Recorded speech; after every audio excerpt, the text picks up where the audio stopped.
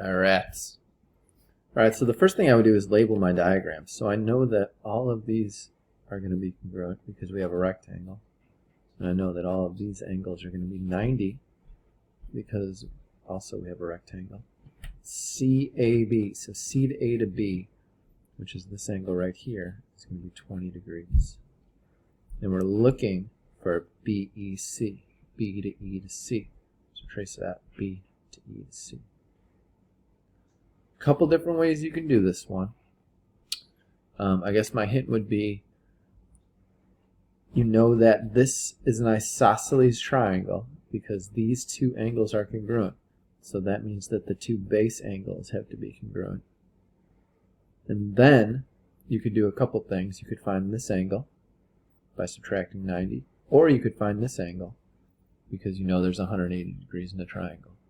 So try it again. See how you do.